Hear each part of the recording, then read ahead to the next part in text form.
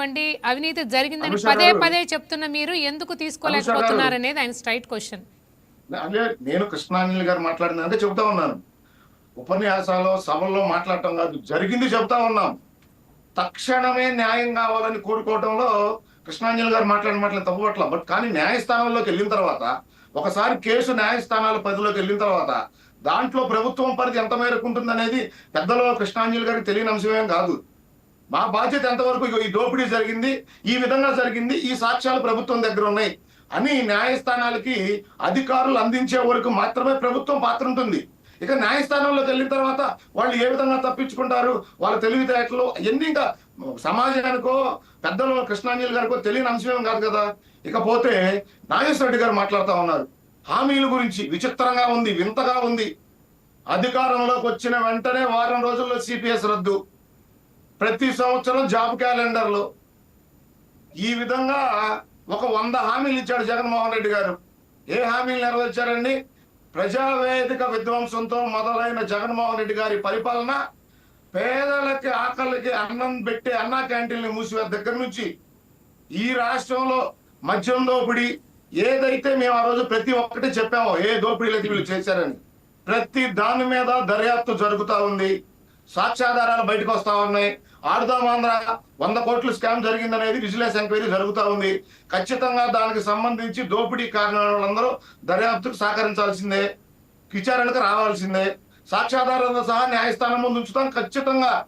ఏదైతే ప్రజలు మమ్మల్ని నమ్మి సంక్షేమం అభివృద్ధితో పాటు దోపిడీదారుల్ని న్యాయస్థానాల ముందు నిలబెడతామని నమ్మి కూటమికి అధికారం ఇచ్చారో ఖచ్చితంగా ప్రజల ఆకాంక్ష మేరకే కూటమి ప్రభుత్వం పనిచేస్తుంది తప్ప ఎవరితోనో కొమ్మక్కయి ఈ దోపిడీదారులందరి దగ్గర నుంచి చిల్లర ఏరుకోవాల్సిన దుస్థితి కూటమి ప్రభుత్వానికి కానీ తెలుగుదేశం పార్టీ నాయకులకు కానీ ఖచ్చితంగా అవసరం లేదనే మాట మీ ద్వారా తెలియజేస్తా ఉన్నా.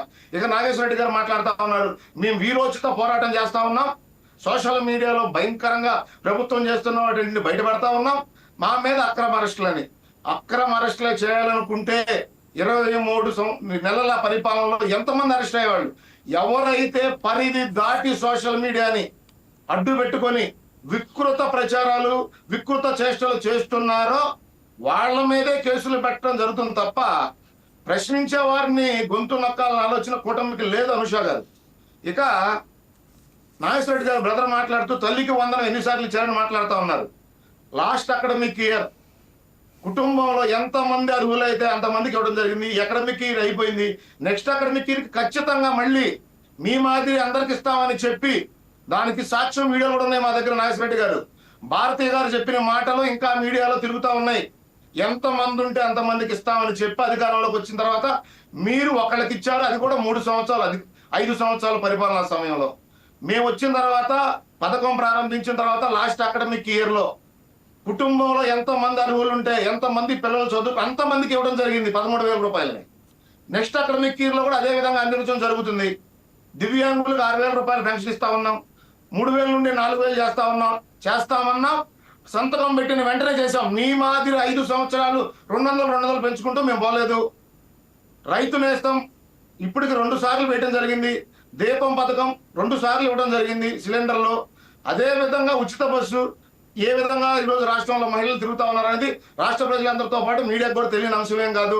ఇలా చెప్పుకుంటూ పోతే ఈ రాష్ట్రంలో సంక్షేమ కార్యక్రమాలు ఏ విధంగా అమలవుతా ఉన్నాయి, అభివృద్ధి ఏ విధంగా పరుగులు పెడతా ఉంది. యువగళం పాదయాత్రలో ఈ రాష్ట్రంలో ఉన్న నిరుద్యోగ యువకులకు నారా లోకేష్ గారు ఇచ్చిన మాట ఉద్యోగ కల్పన. నారా చంద్రబాబు నాయుడు గారు ముఖ్యమంత్రిగా ఉన్నప్పుడు ఇప్పటికి 9 డిఎస్సీలు ఇవ్వడం జరిగింది. మొన్నటికి 9వ డిఎస్సీ 16,000కు దగ్గరగా టీచర్ పోస్టులు భర్తీ చేయడం జరిగింది. 6,000 కానిస్టేబుల్ ఉద్యోగాలు భర్తీ చేయడం జరిగింది. అదేవిధంగా ప్రైవేట్ రంగంలో లక్షల కోట్ల రూపాయల పెట్టుబడులు తీసుకొచ్చి ఈ రాష్ట్రంలో ఉన్న నిరుద్యోగ యువకులకు ఉద్యోగ కల్పన చేయడం జరుగుతూ ఉంది. ఈ రాష్ట్రంలో అజయ్ గారు మన టాపిక్ డిబేట్ అయిపోతుంది. అజయ్ గారు మన టాపిక్ డిబేట్ అయిపోతుంది. ఈ సంక్షేమ పథకాలకు సంబంధించి అభివృద్ధికి సంబంధించి మళ్ళీ మనం డిబేట్ పెట్టుకుందాం. అయితే ప్రస్తుతం ఈ రోజు మద్య అమ్మకాల్లోనే కాదు మద్యం రవాణాలో కూడా కుంభకోణం జరిగింది అనేది ఇవాళ మన డిబేట్ అంశం. దాని మీద మనం డిబేట్ చేద్దాం. అనుష గారు మళ్ళీ చెప్తా ఉన్నాను. ఇందాక ఏదైతే కృష్ణాంజలి గారు ఒక అంశం పోటీ చేశారు, జగన్మోహన్ రెడ్డి పెద్ద దోపిడీ చేస్తూ కింద చిన్న దోపిడీలు ఎమ్మెల్యేలు, మంత్రులు, ఎంపీలు అలగకుండా వాళ్ళకు పంచిన వైనం ఎన్ని ఈ ట్రాన్స్పోర్ట్ టెండర్లు అనేది. ఖచ్చితంగా ఈ దోపిడీ జరిగింది. 17 మంది అరెస్ట్ అయ్యారు. 440 కోట్ల రూపాయలు ఈడీ అటాచ్మెంట్ చేయడం జరిగింది. అంటే ఖచ్చితంగా కుంభకోణం జరిగినట్టే కదా అనుష గారు. బయట పడుతున్నాయి ఒక్కొక్కటి, కలుగులోంచి ఎలకలు ఒక్కొక్కటిగా బయటకు వస్తా ఉన్నాయి. ఇక నాగేశ్వర రెడ్డి గారు పదే చెబుతా ఉన్నారు బెయిల్ వచ్చిందని. బెయిల్ అనేది ఖచ్చితంగా కోర్టుల్లో 10 రోజులకో, 20 రోజులకో, 30 రోజులకో, 40 రోజులకో ఏ ముద్దాయికైనా ఖచ్చితంగా బెయిల్ వస్తుంది. బెయిల్ వచ్చింది కాబట్టి మేము ఉత్తములం, మేము నీతిమంతులం, మేము నేరస్తులం కాదంటే అది ఎంతవరకు కరెక్ట్ అనేది నాగేశ్వర రెడ్డి గారు ఆలోచించుకోవాలి. సోషల్ మీడియా మీద ఖచ్చితంగా ఉక్కుపాదం ఎక్కడ మోపింది కూటమి ప్రభుత్వం అంటే వికృత చేష్టలు, పరిధి దాటి ప్రవర్తించే వాళ్ళ మీదే తప్ప ప్రశ్నించండి. ఖచ్చితంగా మా తప్పులు ఎక్కడైనా ఉంటే ఎత్తి చూపండి. ఖచ్చితంగా ఈ ప్రభుత్వం తీసుకుంటుంది. ఏదైనా లోపాలు ఉంటే ఖచ్చితంగా సరి చేసుకొని ముందుకెళ్తాం. మీ మాదిరి ప్రశ్నించిన ప్రతి గొంతుకుని అణిచివేసే ఆలోచన కూటమి ప్రభుత్వానికి లేదు. ఏ విధంగా రంగనాయకమ్మ గారు, అనుష గారు మీకు తెలియని అంశం కాదు, గుంటూరులో రంగనాయకమ్మ గారిని రేత్రి 11ంటికి డోర్లు పగలగొట్టి ఇంట్లోకి దూకి వీళ్ళ అధికారులు ఏ విధంగా భయభ్రాంతులకు గురి చేశారనేది రాష్ట్ర ప్రజలకు తెలుసు. అదే విధంగా కరోనా టైంలో వైజాగ్ నుంచి కర్నూలు తీసుకెళ్లి కరోనా అంటించి సోషల్ మీడియాలో పోస్ట్ షేర్ చేశాడని ఎన్ని ఇబ్బందులకు గురి చేసి ఆయన చంపేశారో రాష్ట్ర ప్రజలు చూశారు. వీళ్ళు చేసిన సోషల్ మీడియా వికృత చేష్టలో రాష్ట్ర ప్రజలందరూ చేదరించుకున్నారు. అనుష గారు ఇంకొక అంశం చెప్తా, వీళ్ళు ఏ స్థాయికి దిగజారిపోయారంటే వీళ్ళకి వ్యతిరేకంగా మాట్లాడుతుందని షర్మిల గారి మీద కూడా సోషల్ మీడియా, వీళ్ళ వైసీపీ సోషల్ మీడియా ఏ విధమైన వికృత పోస్టులు పెట్టిందనేది నెత్తి నీరు కొట్టుకుంటా ఉన్నారు. ఇవాళ షర్మిల గారు మీడియా ముందుకు వచ్చి నా అన్న, నా పార్టీ నాయకులు, నా పార్టీ సోషల్ మీడియా చేష్టలతో ఆమెను బాధ పెడుతుందనేది వాళ్ళ చెల్లి జగన్మోహన్ రెడ్డి గారు చెల్లె నెత్తి నోరు బాదుకుంటా ఉన్నారు. నాగేశ్వర రెడ్డి గారు వచ్చి మేము సచ్చీలము, మేము నిరాయుధంగా ఏమంటారు దాన్ని అట్లంటే మమ్మల్ని సంఖ్యలు వేసి బంధిస్తా ఉన్నారంటే ప్రజలు నవ్వుతారు. నాగేశ్వర రెడ్డి గారు మీ వికృత చేష్టల్ని మీ నాయకుడి చెల్లె ప్రశ్నిస్తా ఉంది మీడియా ముఖంగా.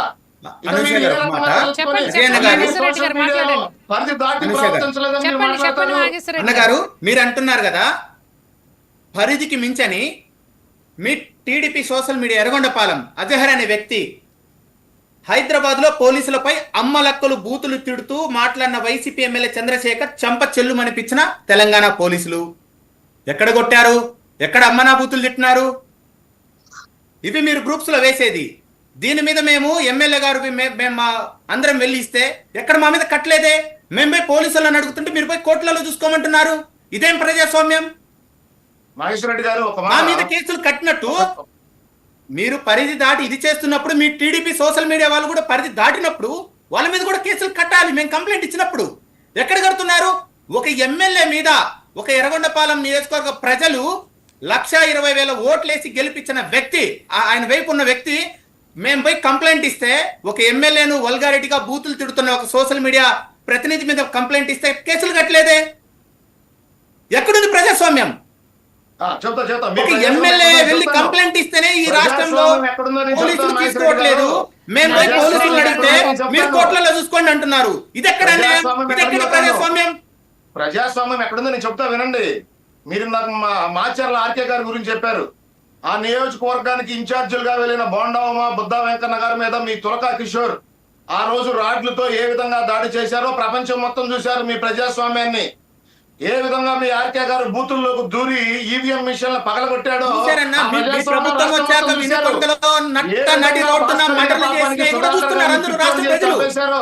రాష్ట్ర ప్రజలు కూడా వినకొండలో ఒక ముస్లిం మైనార్టీ నాయకుడిని రెడ్డి గారు బాబాయిని మీరే చంపి నారా చంద్రబాబు నాయుడు చేతిలో గొడ్డలు పెట్టి నారాసుర రక్త చరిత్ర అని 5 సంవత్సరాల అధికారంలో ఉండి మీ బాబాయిని మేము చంపామని ఒక్క సాక్ష్యం కూడా చూపించలేకుండా ఆ కేసులు నీరు కార్చిన వైనం మీ ప్రజాస్వామ్యం ఒక నిమిషం ఆనంద నాగేశ్వర రెడ్డి గారు మీరు నేను చెప్పేది మీరు వింటలేదు. మీరు చెప్పిన తర్వాత మీరు కోర్టుకు వెళ్ళి గ్యాగ్ ఆర్డర్ తీసుకొచ్చారు.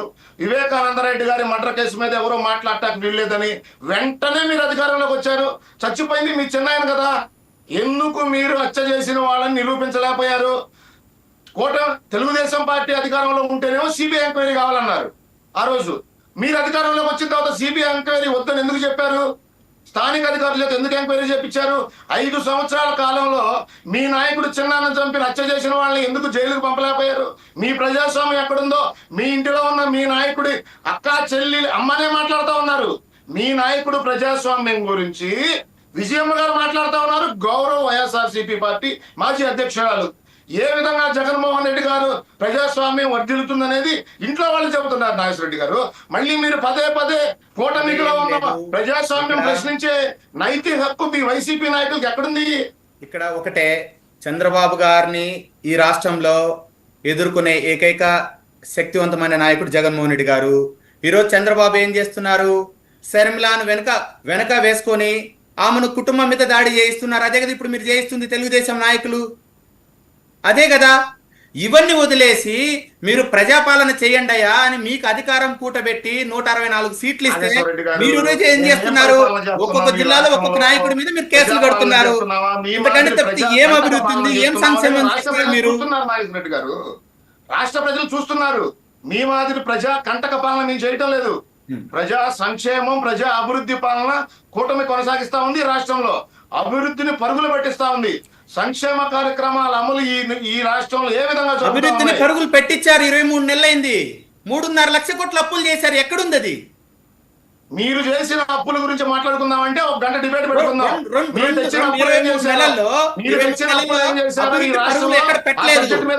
ఆంధ్రప్రదేశ్ అప్పుల రాష్ట్రం పరుగులు పెట్టి ఏం చేయట్లేదు. రాష్ట్రం ఏం జరగట్లేదు. ఒక్క నిమిషం నాగేశ్వర గారు, అప్పుల మీద మాట్లాడదాం.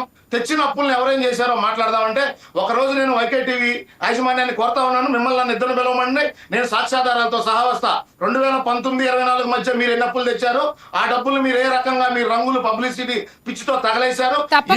తప్పకుండా అజయ్ గారు అండ్ నాగేశ్వర రెడ్డి గారు తప్పకుండా మనం అంశం మీద డిబేట్ పెట్టుకుందాం. అలాగే మనం ఏదైతే మద్యం రవాణా విషయంలో కూడా అవినీతి జరిగింది అనే అంశం మీద ఈ రోజు డిబేట్ చేస్తున్నాం. దీనికి సంబంధించి కృష్ణాంజనేయులు గారు టాపిక్ చాలా వరకు